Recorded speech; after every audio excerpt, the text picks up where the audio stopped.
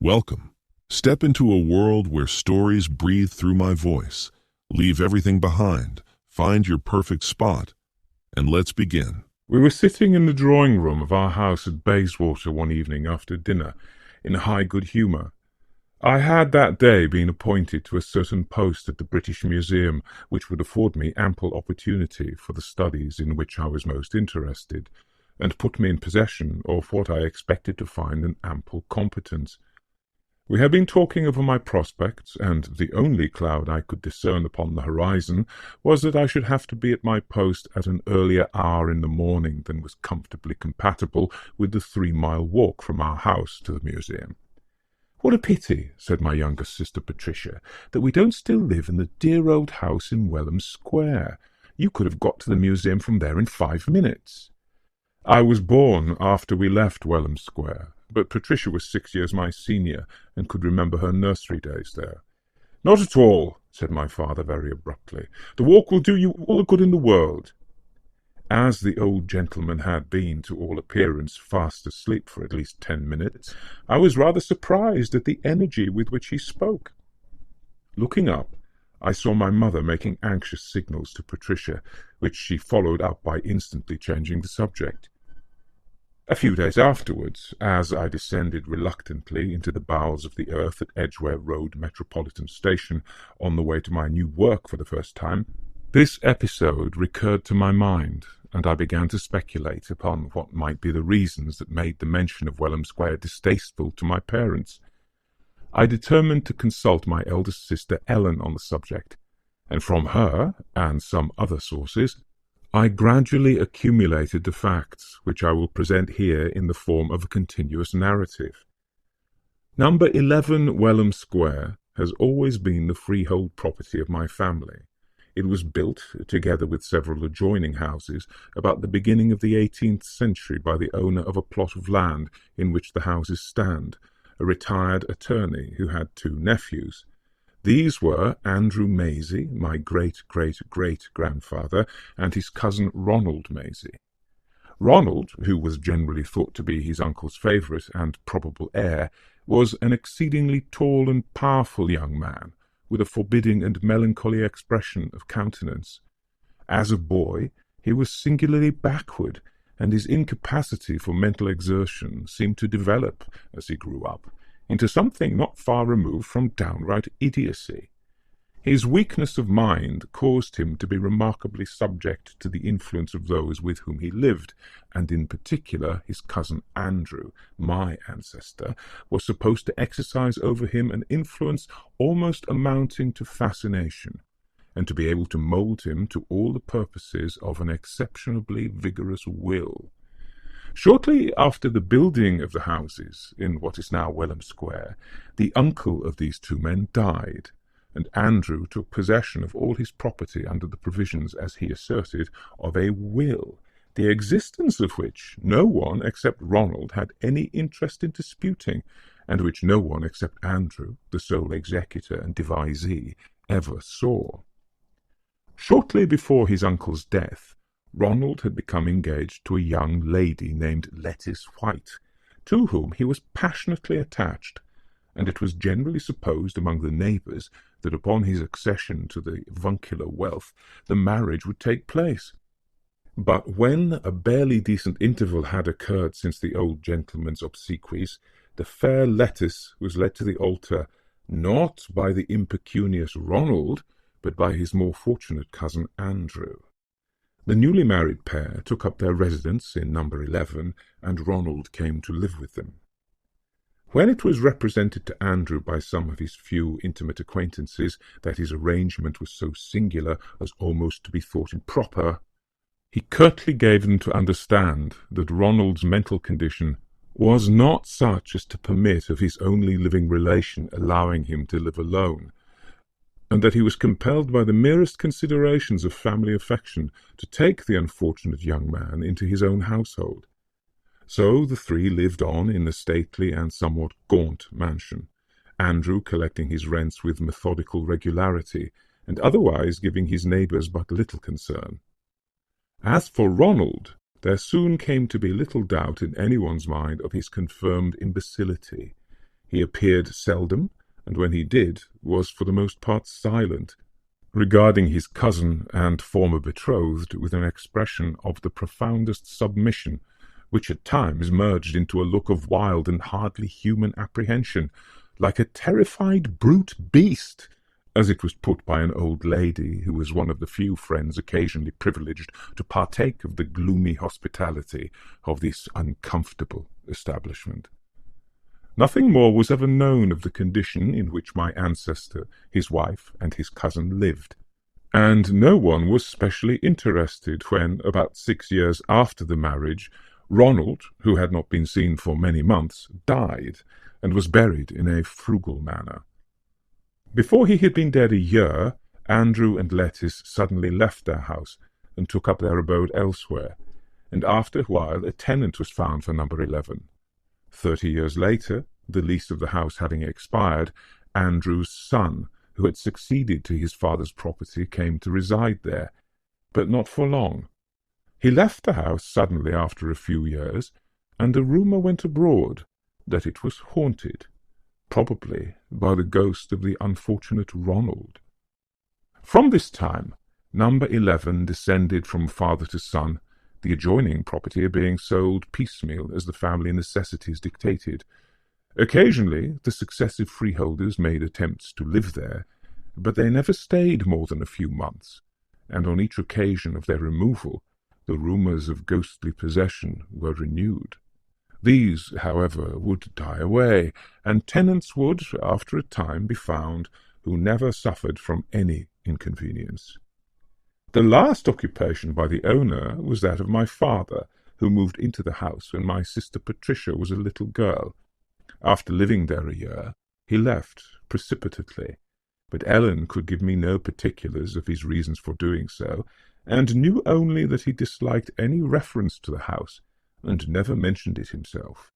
The house was now let to a stockbroker with a family. 2. 5 years had elapsed since the conversation I related at the beginning of the previous chapter. My parents had both died, and Patricia was married and living with her husband in a provincial town. My career at the museum had been a prosperous one, and I was now entrusted with a more responsible and better-paid office. The tenant of number 11 Welham Square had just given me notice of his intention to depart from it, and it occurred to me that it would be interesting to follow what seemed to be the family destiny, and try living in the house myself, to say nothing of the fact that it was admirably suited to my requirements. I felt fully capable of confronting any number of ghosts, and my wife was neither timid nor superstitious. Accordingly, at the beginning of the new year, we established ourselves with our 2 babies, and my sister Ellen, who lived with us in Welham Square, greatly delighted with the proximity of my work, with the solid masonry, spacious apartments, and roomy passages of our new abode, and with the remnant of 18th-century fashion and grandeur which seemed to pervade the neighbourhood. And in Welham Square we lived prosperously, without any kind of disturbance, for upwards of 6 months. In the course of July, my wife and the children left home to spend a couple of months at the seaside. I intended to join them when the time came to take my holiday, and in the meantime I stayed in London, going daily to my work. Ellen stayed on with me to keep house in the absence of her sister-in-law. One evening, 4 or 5 days after my wife's departure, I was sitting in my study, a large room with a door leading into the drawing-room, and a heavy curtain hung over my side of the door. It was past 11. My sister had retired half an hour before, and the 2 maids who were left in the house were presumably in bed and asleep. I was therefore surprised to hear heavy and somewhat slow footsteps, apparently those of a large man, ascending the stairs from the ground floor. The front door, I knew, was locked and chained, nor had I heard anyone ring. The steps paused for a moment on the landing outside my door, and then I heard the intruder proceed to go up the next flight of stairs leading to the bedrooms on the 2nd floor. I sprang up, seized a candle, and opened the door. As I stood on the threshold of my room, I seemed to hear footsteps, as of a man heavily mounting the stairs at the top of the flight leading up from my door. But though I held a light above my head, I could see no one. Everything wore its usual aspect. I walked quickly up the stairs, but nobody was visible. I searched all the empty rooms, but with no result. I called up Ellen and the maids, but none of them had seen or heard anything. I am ashamed to say that I made a specially rigorous investigation of a large room at the back of the house, which we used for a night nursery, and which, tradition declared, to have been the abode of my ill-fated kinsman, Ronald Maisie. I then went downstairs and completed my search of the entire premises. Everything was in order, and at the end of an hour I went back to my study and my book, rather annoyed with myself for having spent so much time in so fruitless an exploration, and determined to think nothing more about the matter. It was the next night after this that I suddenly started up very wide awake, with a conviction that somebody was in my bedroom. I seemed to hear, still ringing in my ears, the sound of a long-drawn human sigh. I sat up, trembling with excitement, and looked about in the dim twilight of dawn in late July. I could see no one, but I did not feel alone. The feeling of suspense became unbearable. I jumped out of bed and walked with nervous determination to the window, where I turned round and faced the room, such light as there was being behind me. I saw no one. Again I walked across the room, and as I did so, I felt unmistakably that wave of air that meets one walking in the streets when someone on foot passes close to him in the opposite direction. I seemed to feel the light graze of a passing substance against my nightgown. I was dimly conscious of a faint, indescribable odour, calling up recollections of a life long but indefinably past. And while I stood fixed to the spot with surprise and horror, my heart beating violently, I heard distinctly 4 long, heavy steps passing from me towards the window. The floor creaked under their weight. The next instant I felt that I was alone, but it was not until long after the morning was as light as noon that I fell asleep again. I woke much troubled in mind, and doubting whether I should not, like my fathers, be compelled to leave this uncanny dwelling. But when in some measure restored by breakfast, I determined to say nothing to my sister at present, but to wait and see whether the situation would in any way develop itself. My resolution was fated to be put to the test sooner than I expected. I did not get home that evening until close upon dinner-time. When I entered the drawing-room, Ellen greeted me with, "Oh, Edward, what do you think has happened? Sikes is dead." Now, Sikes was a grey parrot belonging to my wife. He was so called because when he first came to us it was affirmed of him, perhaps rather libelously, that like the hero of Mr. Calverley's poem, he habitually swore. He certainly did from time to time blaspheme somewhat unreservedly. I was secretly not altogether sorry to hear of his demise, so I answered with much composure, "Did the cat eat him?" "No," said Ellen. "He died in the most horrible convulsions." I went up to get ready for dinner, thinking more of how to prevent my wife from replacing Sikes by another clamorous bird than of the manner of the lost one's death. But in the course of our meal it occurred to me that his fate was an odd one. "How did Sikes come to have convulsions?" I asked. "Why, it was most curious," answered Ellen. "I was going to tell you about it. I was in the drawing-room writing letters, and suddenly I heard a tremendous screaming and flapping, and I looked up, and there was Sikes turning over and over in the air, and pecking and clawing and flapping his wings, and screaming, and before I could get to him, he suddenly twisted his head right round 2 or 3 times, and tumbled down dead to the floor." "But do you mean," I said, "that he was carrying on these gymnastics up in the air?" "Yes. When I saw him, he was quite up above his cage, which was on the little table, and in his struggles he must have wrung his own neck." "That seems rather remarkable." "Yes, and another remarkable thing. was that he must have opened the door of his cage and got out all by himself, which I'd never heard of his doing before, because I had been feeding him with cake after lunch, and I know that the door was fastened then. I found it open when he was dead. Had he been out long?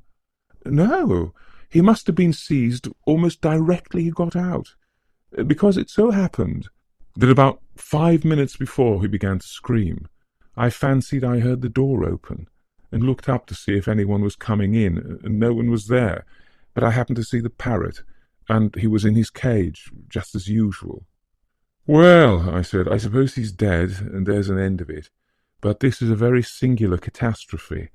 I hope Marion won't be inconsolable." During the rest of dinner, I was conscious of being rather poor company. Following close upon the mysterious occurrences I have described, Sykes's unhappy fate troubled me. My suspicions were, however, so undefined, and seemed even to me, when I tried to contemplate them from an impartial point of view, so ridiculous, that I could not bring myself to communicate them to Ellen, and incur the contempt which would be the deserved portion of a grown-up man who confessed to being seriously disturbed by an odd sound in an empty house, and by a commonplace nightmare. I have no hesitation in revealing these sentiments now that subsequent events have justified them, but that evening I again determined to wait. I did not have to wait long. It was a cold evening, and after bidding good night to my sister, I lighted a fire in my study and sat down to enjoy a new novel I had long been wishing to read. I was about halfway through my volume when I suddenly felt a sensation of cold. I looked up. The fire was burning brightly, but I did not feel its warmth. It was as though some opaque body or a large glass screen had been interposed between me and it. A moment afterwards, I felt the heat fall upon my face again. Had I heard the muffled sound of a footstep on the hearthrug close to me? I put out my hand and felt nothing but the warmth of the fire. As I gazed about the room in surprise, my eye fell on an armchair standing on the other side of the fire. It was a nearly new chair which I had bought shortly after coming to Welham Square. It had a leather seat, smooth and unworn, with particularly good and yielding springs. Hung upon its back was an antimacassar, worked aesthetically in crewels. As I looked at this chair, it struck me that the seat was considerably depressed, as though someone had recently sat down upon it, and the seat had failed to resume its ordinary level. This surprised me, for I had sat in the chair that morning, and felt sure the springs then had been in good order. I looked at the antimacassar.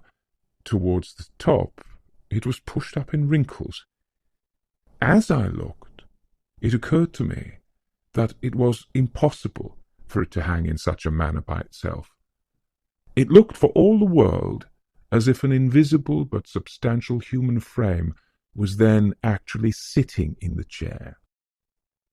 When this notion occurred to me, I sat dazed with an indescribable horror, staring stupidly at the chair, which did not move. In an access of frenzied terror, I hurled the book I was reading at the chair. Did it strike the seat, or did it glance away a few inches from the edge and fall on the hearthrug? The next instant the seat of the chair rose up audibly to its normal level, and the antimacassar fell out into its usual folds, still preserving, however, the traces of its previous wrinkles. I started up and, rushing to the chair, began to prod it. I could discover nothing unusual in its condition. As I was doing so, I felt a hand, beyond all doubt, laid steadily on my shoulder. I faced around and saw nothing. "Who are you?" I shouted. "What do you want?" But no answer came. I was alone. I sat cogitating till 1 o'clock, and then I went to bed. Just as I was getting into bed, it occurred to me that perhaps I might be annoyed in the dark, and though I had not yet seen anything, the prospect seemed rather awful, and with a slightly trembling hand I lighted a night-light. When I had done so and got into bed, I was rather disposed to be ashamed of myself, and thought I would put it out. but partly no doubt from a disinclination to get out of bed, I determined that in any case it would do no harm, and that I would leave it as it was. It occurred to me what an odd thing it is that one feels safer in bed than anywhere else, whereas, in fact, one is never in a more defenceless situation. Then I went to sleep. I do not know what time I woke. It seemed to me that the air was blowing in upon my chest, where the bedclothes should have covered me up, and yes, certainly, there was a cold depression on my pillow, close in front of my face, as if some heavy weight were pressing it down. I put up my hand to investigate. I touched something on the pillow. I caught hold of it and turned cold with terror, for I held tightly in my hand another hand, neither cold nor warm, but large and solid. My light was still burning, and there was no one to be seen. The hand was suddenly jerked away from me. I sprang out of bed and rushed to the fireplace with a despairing feeling that someone followed close behind me. I seized the poker, turned round, and struck wildly at the air. Whether I hit anything or not, I do not know. I remember only that as I was recovering myself from a frantic lunge at nothing, I received a sharp and stunning blow on the back of my head. When I came to myself, it was 6 a.m, and I was lying on the floor where I had fallen. The night light was out, and the morning sunlight was streaming in at my window. There was a very large and painful bruise where I had been struck. 3. I felt that this was getting beyond a joke. It was all very well to frighten me, but when my ghostly enemy took to knocking me down like a 9-pin, I was not going to keep it to myself any longer. I had no intention of surrendering, for the blood of the Mazeys was up, and the fact that each of my ancestors since the house was built had sooner or later evacuated the premises made me all the more determined not to be driven away without making some further resistance. So I revealed to my sister Ellen the whole of my experience in the matter. She was decidedly sceptical about the ghost, if ghost it could be called, and suggested that I was not well. I vowed that I was as well as any man with a great hole in the back of his head could be, and she consented to the arrangement that I proposed, that she should sit up for a night or two in the drawing-room while I was in my study with the door open between us, and that if any remarkable incident occurred, I should call her in. In order not to be wholly without male assistance in case I should be attacked, I invited a college friend of mine named Prescott, a strong, sensible, and energetic young doctor who lived near us, to keep my sister company in the drawing-room. He, when he heard my story, was, as befitted a scientific young professional man, exceedingly facetious at my expense, but he willingly consented to share our watch and to sleep in the house. That evening I sat up as usual in my study, while Prescott and Ellen beguiled the hours in the drawing-room with light literature until about 2:30, when, nothing having occurred, we settled to go to bed and separated. Prescott, divided between high spirits at the temporary triumph of incredulity and a tinge of disappointment at the non-occurrence of anything in the shape of a row, and Ellen rather indignant with me for having kept her up so long to no purpose. After the stormy experiences of the 2 preceding nights, I thoroughly enjoyed an unbroken sleep. I prevailed upon my sister and my friend to give the ghost one more chance, and the next evening saw us again comfortably established in the 2 rooms, separated only by the curtain which hung over the door of communication. It may have been 11 o'clock when I heard a board creak just behind my chair. Uttering a shout, I sprang up and dashed at the spot from which the noise had come. I came into heavy contact with what felt like a gigantic human figure. Prescott and Ellen hurried into the room and beheld me wildly grappling, apparently with nothing at all. "By Jove," said Prescott, "he's got them." Them, I believe, meant some kind of hallucinations, upon which Prescott professed to be an authority, but I was struggling furiously with my unseen antagonist, and had no breath for explanations. "Seize him! Seize him!" I cried. At that moment my prey burst from me, hurling me with prodigious violence across the room. Prescott rushed forward, and as he did so was tripped up by what he afterwards described as a heavy kick from an unseen foot, and sent sprawling on the floor. Fortunately, I was prostrate at the other end of the room, and could not be suspected of having had a hand or foot in this outrage. As we struggled to our feet, while Ellen stared wildly about, we all heard 2 or 3 hurried steps, as of a man running. There was a tremendous crash, and all was still.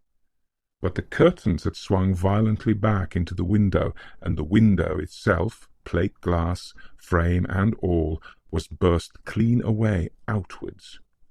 Prescott was white as a sheet, and the sensible and strong-minded Ellen was actually crying, which impressed me more than anything else in the scene. "Let us leave this horrible house," she said. "Something worse will happen if we stay." But I was filled with an unreasonable kind of courage at having, as it seemed, put our inexplicable visitor to flight, and I was, besides, conscious of a certain degree of pride in the assurance that Prescott had been converted, and would hardly talk again about my having got them. "We can't go tonight," I said, "and as our gentleman seems to have taken himself off for the present, we had better consider what's to be done next. I'm sure Prescott wants to stay and investigate the phenomenon." We shut the shutters over the wreck of the window, and sat talking over the event until late at night. By degrees I contrived to infuse into my companions some of my courage, and at last, no further disturbance having taken place, we all went to bed in pretty good spirits.